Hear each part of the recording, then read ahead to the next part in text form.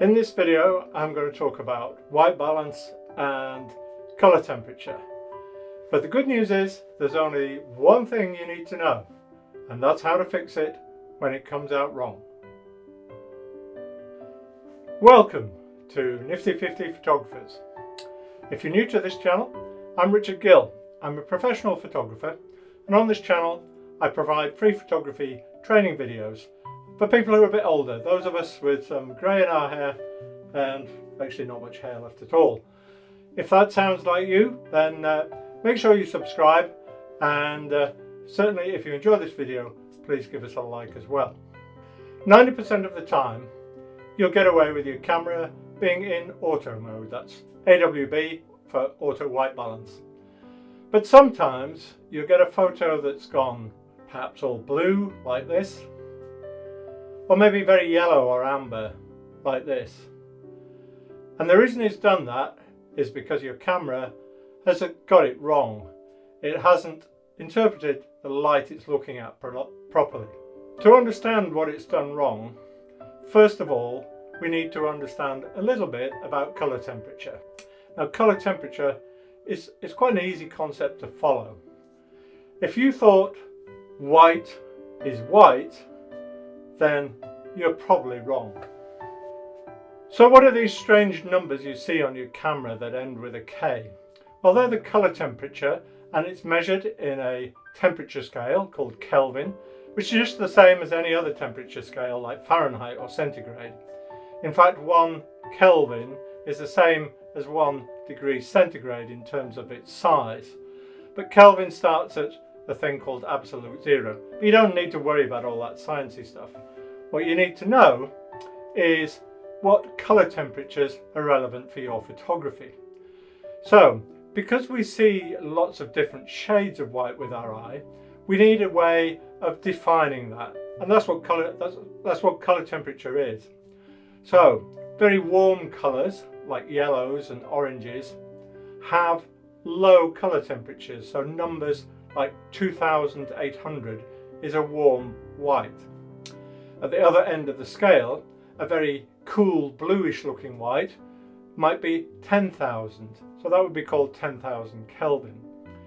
And if you can imagine, in the old days we used to have tungsten filament bulbs, and they had a little wire inside the bulb. Now as you turn them on, they would start to glow yellow, red, and as they got hotter they would go to a bluish colour. So that's how you got these different colours of light, and that's all colour temperature is, different colours of white light. See, it's that simple. So let's go and measure some light sources so you can get a feeling for what colour temperatures you'll see in different conditions. And I'm going to measure some inside, some interior lighting, as well as go outside and measure some things like daylight and shade, so you can see the sort of values that you might get. I've come outside to measure the colour temperature with a spectrometer. Now, Obi didn't want a model today, so we're using my favourite toy, Scooby-Doo. And there's some bright blue sky out there, so let's measure that first.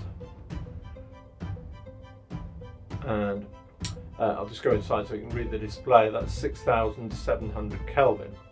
Now we've moved Scooby into the shade, and we'll measure that. And you can see that's warmer at 7,400 Kelvin.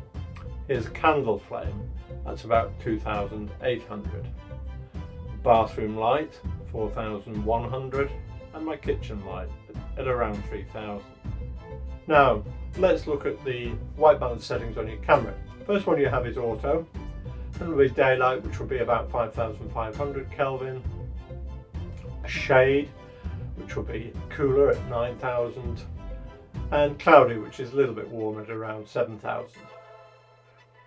Then you have incandescent, which is warmer still, about 2,700, and some fluorescent settings: warm, cool, a day white, and a daylight fluorescent. Then you have a white balance for flash, which is again around 5,500. And here's one where I can actually set the colour temperature, so I can dial in a particular temperature number.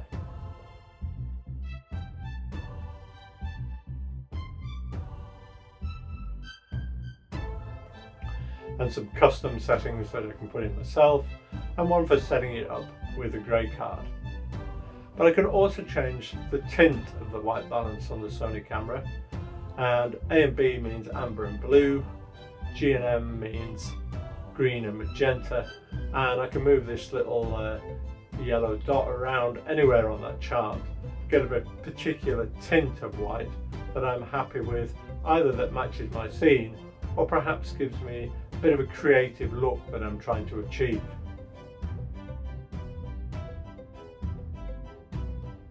But let me show you what a light looks like that has an adjustable colour temperature.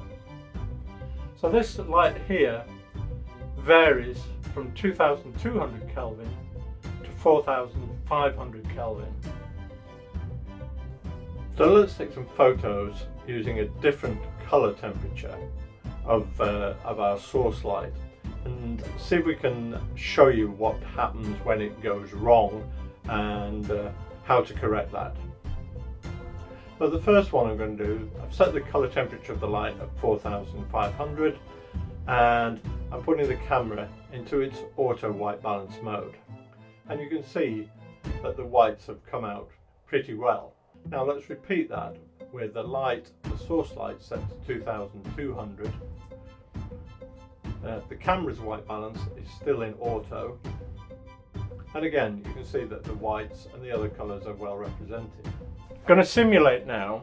Imagine you've got your camera set in auto white balance, but your pictures come out all yellow. So what's gone wrong? Now I can simulate that by I'm going to set the light source to 2200 Kelvin, so that's a very warm yellowish colour temperature, but I'm just going to fool the camera. I'm going to set that to daylight. Now daylight, if you remember, is around 5500 Kelvin, so it's got a lot more blue in it because it's a lot cooler.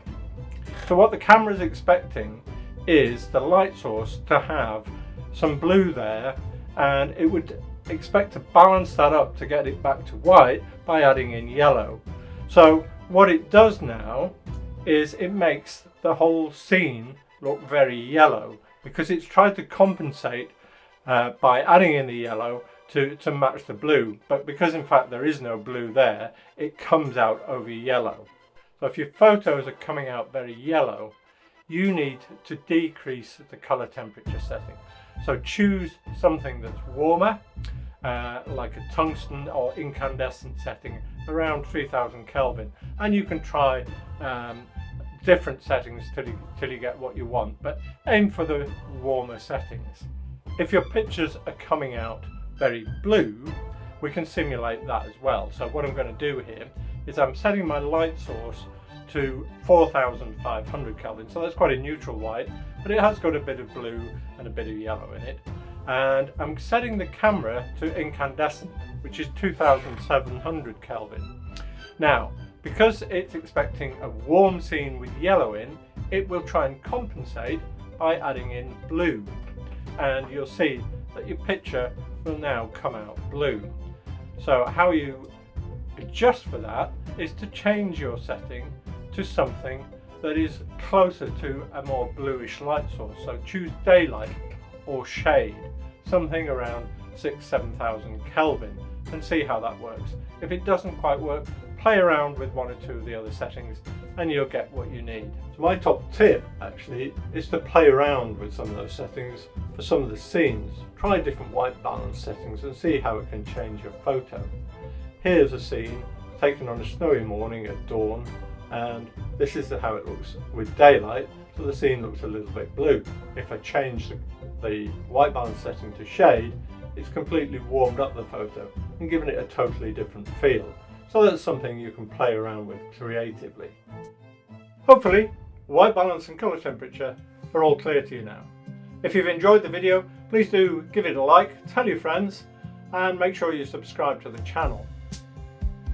My question of the day to you is, what are you struggling with your photography? Please let me know in the comments below. And by the way, you can also join our Nifty 50 Photographers Facebook group, leave your comments and share some of your pictures in there. And if you want some feedback, just let me know and I'll do my best to answer that. Do come back and join us next time when we'll be talking about metering modes. I look forward to seeing you then.